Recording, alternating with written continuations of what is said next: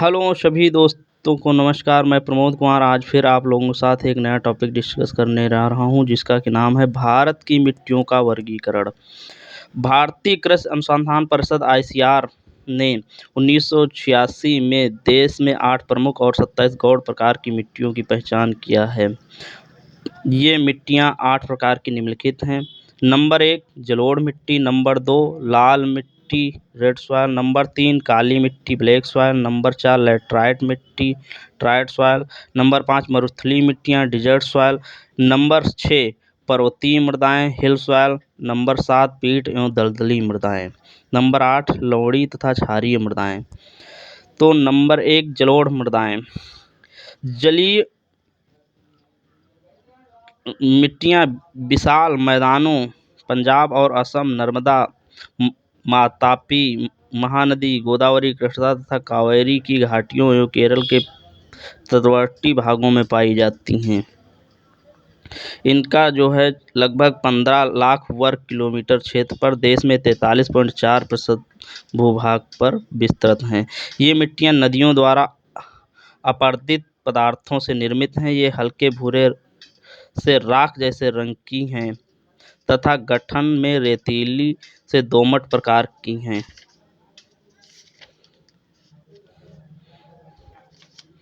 ये जलोढ़ भूमियाँ बांगर भूमि में कंकर, अशुद्ध कैल्शियम कार्बोनेट की ग्रंथियाँ पाएं, जिन्हें कंकड़ कहते हैं। बांगर का निर्माण चीका की प्रमुख योग रहता है।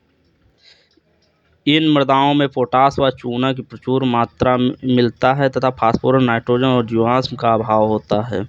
यह मिट्टी धान, गेहूँ, गन्ना, दलहन, तिलहन आदि की खेती के लिए उपयुक्त है। नंबर दूसरी है लाल मिट्टी। लाल मिट्टी का विस्तार देश में लगभग 6.1 लाख वर्ग किमी पर है। देश के 18.6 भूभाग क्षेत्र पर इस प्रकार की मृदा देश के द्वितीय विशालतम वर्ग है। ये तमिलनाडु, कर्नाटक, महाराष्ट्र, आंध्र प्रदेश, छत्तीसगढ़, उड़ीसा, झारखंड, बंगाल, दक्षिण उत्तर प्रदेश, राजस्थान के कुछ क्षेत्रों में पाई जाती है। इन मिट्टियों का विकास आर्कियन, ग्रेनाइट, नीस तथा कुड़प्पा, विंध्याचल बेसिन, धारवाड़ शैलों, अवसादी शैलों के ऊपर हुआ है। इनका लाल रंग लोहे के ऑक्साइड में उपस्थिति के कारण होता है। इनका गठन बालू, चीका, दोमट का है। इनकी संरचना भंगुर है। इनमें कंकर, कार्बोनेट, घुलनशील लवण पाए जाते हैं। ये अम्लीय प्रकृति की होती है। अत्यधिक निच्छलित मिट्टियाँ हैं। नंबर 3 है काली मिट्टी या ब्लैक सॉइल। काली मिट्टियों को स्थानीय रूप से रेगुर व उत्तर प्रदेश में, केरल में काली कपास की मिट्टी तथा अंतर्राष्ट्रीय उष्णकटिबंधीय चरनोज़म कहा जाता है। इन मिट्टियों का विस्तार लगभग 5.46 लाख वर्ग किलोमीटर क्षेत्र पर देश में 16.6% भूभाग क्षेत्र पर हैं। ये इनका विकास महाराष्ट्र सर्वाधिक मात्रा में, पश्चिमी मध्य प्रदेश, गुजरात, राजस्थान, आंध्र प्रदेश, कर्नाटक, तमिलनाडु, उत्तर प्रदेश, दक्कन लावा बेसाल्ट के अपक्षय से हुआ है। इनकी संरचना चीका में डली युक्त तथा कभी कभी भंगुर होती है। ये मिट्टियाँ लोहे, चूने, कैल्शियम, पोटास, एल्युमिनियम तथा मैग्नीशियम कार्बोनेट में समृद्ध होती हैं। इनमें नाइट्रोजन, फास्फोरस एवं जैविक पदार्थों की कमी होती है। इनमें जल धारण करने की क्षमता सर्वाधिक होती है तथा सूखने पर इनमें गहरी दरारें उत्पन्न हो जाती हैं। इस कारण इस मृदा को स्वतः जुताई वाली मृदा की उपमा प्रदान की गई है। इनमें उर्वरता अधिक होती है, अतएव जड़दार फसलें कपास, जूट, खट्टे फलों एवं चना, सोयाबीन, तिलहन, मोटे अनाजों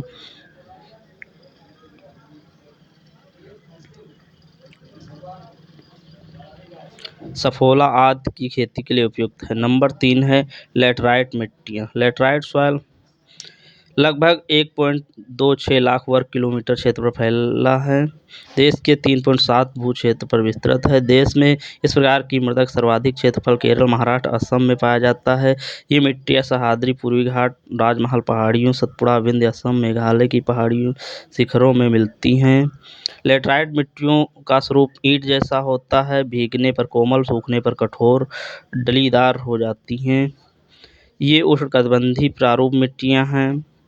मौसमी वर्षा यहाँ बहुत ही अबछालित मृदा है। इनका लाल रंग लोहे के ऑक्साइड उपस्थित होने के कारण ये मिट्टियाँ सामान्यतया लौह तथा एल्युमीनियम में समृद्ध हैं। इनमें नाइट्रोजन, पोटाश, चूना और जैविक पदार्थ की कमी होती है। ये प्रायः कम उर्वरता वाली मिट्टियाँ हैं, किंतु उर्वरकों के प्रयोग से चाय, कहवा, रबर, सिनकोना, काजू आदि की खेती की जा सकती है। मरुस्थलीय मृदाएँ, डिजर्ट सॉइल, इसका विस्तार राजस्थान, सौराष्ट्र, हरियाणा, दक्षिणी पंजाब लगभग 1.42 लाख वर्ग किलोमीटर क्षेत्र पर फैली हैं। ये मिट्टियाँ बलुई बजरी युक्त होती हैं। इनमें जैविक पदार्थ, नाइट्रोजन की कमी और कैल्शियम कार्बोनेट की मात्रा भिन्न पाई जाती है। इनमें घुलनशील लवणों, फास्फोरस उच्च प्रतिशत मिलता है, किंतु नमी की मात्रा कम होती है। सिंचाई द्वारा इनमें ज्वार, बाजरा, मोटे अनाज व सरसों उगाए जा सकते हैं। फिर है पर्वतीय मृदाएँ, हिल सॉइल। इनमें वनी क्षेत्र मृदा भी कहा जाता है। इनका विस्तार 2.85 लाख वर्ग किलो क्षेत्र पर पाया जाता है। ये नवीन अविकसित मृदाएँ हैं जो कश्मीर से अरुणाचल प्रदेश तक फैली हैं। इनमें पोटाश, चूना, फास्फोरस का अभाव होता है तथा जीवांश प्रचुर मात्रा में पाए जाते हैं। पर्वतीय ढालों पर सेब, नाशपाती व अलूचा आदि फल वृक्ष उगाए जाते हैं। सामान्यतः इस प्रकार की मृदाएँ अम्लीय स्वभाव की होती हैं। फिर है पीट तथा दलदली मृदाएँ। पीट मृदाएँ नम जलवायु में बनती हैं। पीट मृदाओं का निर्माण केरल, तमिलनाडु, आंध्र प्रदेश में हुआ। इन मृदाओं में जैविक पदार्थ, घुलनशील नमक की मात्रा अधिक होती है।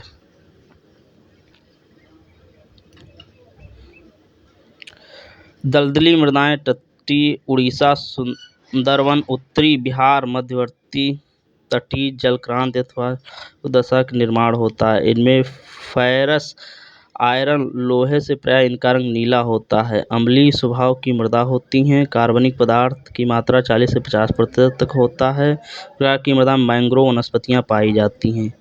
फिर 8वां है लवणीय तथा क्षारीय मृदाएँ। ये मिट्टियाँ पंजाब, हरियाणा, राजस्थान, बिहार, उत्तर प्रदेश, महाराष्ट्र के शुष्क भागों में लगभग 1.7 लाख वर्ग किलोमीटर क्षेत्र पर फैली हैं।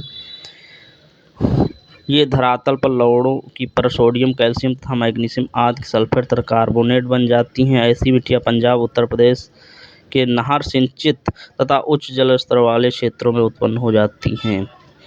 ये अनवर मिट्टियाँ रेह, कल्लर, ऊसर, राथड़, थूर, चौपन आदि अनेक स्थानीय नामों से पुकारी जाती हैं। इन मिट्टियों के सुधार के लिए चूना, जिप्सम, पायराइट का प्रयोग किया जाता है। क्षारीय मृदाओं में नाइट्रोजन का अभाव होता है। इस प्रकार की मृदाओं में बरसीम, धान, गन्ना, अमरूद, आंवला, फालसा और जामुन आदि के लवण प्रतिरोधी फसलों व फल वृक्ष लगाए जाते हैं। तो जैसा कि सभी दोस्तों को पता है, हमारे channel Pramod Kumar only for study vision पर आप लोगों को ये टॉपिक डिस्कस किया गया है। तो अगर ये टॉपिक पसंद आया हो तो हमारे channel Pramod Kumar only for study vision को लाइक, शेयर, सब्सक्राइब करें। बहुत बहुत धन्यवाद।